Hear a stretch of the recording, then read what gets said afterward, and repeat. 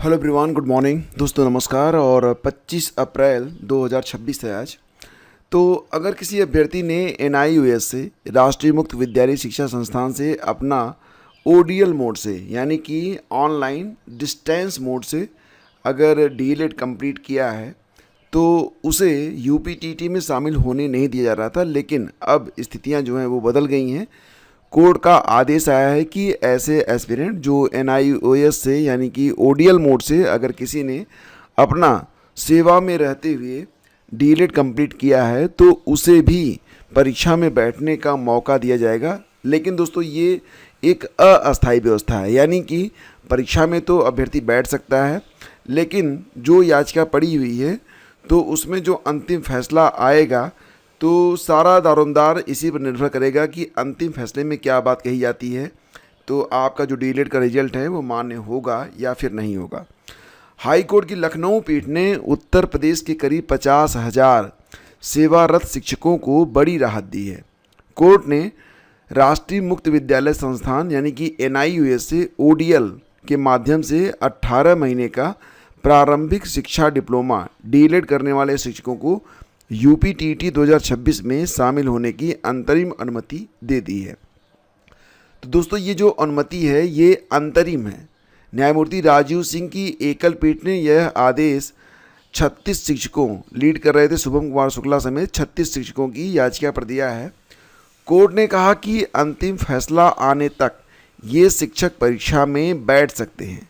याचियों का कहना था कि उन्हें TET 2026 में शामिल होने से रोका जा रहा है, जबकि सुप्रीम कोर्ट पहले ही स्पष्ट कर चुका है कि जो शिक्षक 10 अगस्त 2017 तक सेवा में थे और 18 महीने का ODL डिप्लोमा पूरा कर चुके हैं, यानी कि ऑनलाइन डिस्टेंस मोड में जिनका डिप्लोमा हो चुका है, DELED हो चुका है, उन्हें पात्र माना जाना चाहिए।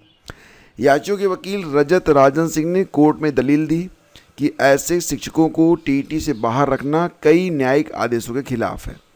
फिलहाल दोस्तों, जो ऐसे एस्पिरेंट हैं जिन्होंने ODL मोड से या NIOS से अपना जो DELED है कंप्लीट किया हुआ है, अब वो परीक्षा में बैठ सकते हैं, लेकिन ये अंतरिम राहत है। यहाँ पर दारोमदार इस बात पर है कि जो याचिका डाले हैं उस पर जो अंतिम फैसला आएगा तो जो रिजल्ट होगा उसी के मुताबिक कंसीडर किया जाएगा। हालांकि न्यायालय ने मामले में राज्य सरकार, परीक्षा आयोग और राष्ट्रीय शिक्षा परिषद यानी कि NCT को अपने जवाबी हलफनामे दाखिल करने के लिए समय दिया है। कोर्ट ने अंतरिम आदेश पारित कर उम्मीदवारों को परीक्षा में बैठने की अनुमति दे दी है और इस मामले की अगली सुनवाई अब 22 मई 2026 को होगी। तो निश्चित तौर से दोस्तों, इससे बहुत सारे एस्पिरेंट ऐसे हैं जिनको राहत मिल सकेगी। वैसे भी दोस्तों, अगर देखा जाए तो आसमान आजकल काफ़ी गर्म है और प्रयागराज में स्थिति बहुत ही ख़राब है। प्रयागराज 45.2 डिग्री सेल्सियस के साथ सूबे में सबसे गर्म रहा। हालांकि गर्मी तो हर जगह ही पड़ रही है। सरकार ने राहत दी है। क्या राहत दी है कि 1 किलोवाट के कनेक्शन पर बैलेंस नेगेटिव हुआ तो 30 दिन नहीं कटेगी बिजली, और इसके पहले आपको 5 SMS अलर्ट भेजे जाएंगे। मतलब 5 SMS अलर्ट के बाद ही आपकी जो बिजली है वो काटी जाएगी। और एक बात और भी दोस्तों कि यहाँ पर अगर आपका जो मतलब कुल 2 किलोवाट का कनेक्शन अगर है तो विद्युत कनेक्शन 200 रुपये तक के नेगेटिव बैलेंस पर भी नहीं काटा जाएगा। इसके लिए भी 5 चरणों में SMS देना होगा। तो ये व्यवस्था थोड़ी सी राहत भरी हो सकती है, क्योंकि बहुत सारे लोगों की जो कनेक्शन है अगर एक बार कट जा रहे हैं तो बिल जमा करने के बावजूद भी तुरंत जुड़ नहीं रहे हैं। ये दिक्कत सामने आ रही है। जैसा कि दोस्तों आप सभी लोग जानते हैं कि जो UPTT है, आवेदन की तिथि 27 मार्च से लेकर 26 अप्रैल तक है और आज 25 अप्रैल, तो केवल 2 दिन का समय बचा हुआ है आवेदन करने के लिए, आज और कल का। तो जिनको राहत मिली है, क्या वो आज और कल में आवेदन कर पाएंगे? क्या जो है अभी UPTT में आवेदन के लिए डेट बढ़ाई जाएगी? अभी ये सब चीज़ें जो हैं वो भविष्य के गर्भ में हैं। लेकिन दोस्तों, सोचने वाली बात यहाँ पर ये है कि अगर राहत मिली है तो डेट बढ़नी चाहिए। लेकिन मैं आप लोगों से यही कहूँगा कि आप लोग अभी समय है और जो फिलहाल वेबसाइट है ठीक ठाक चल रही है, तो आवेदन फटाफट कर लें। सरकार के भरोसे ना रहें, कहने का यही मतलब है।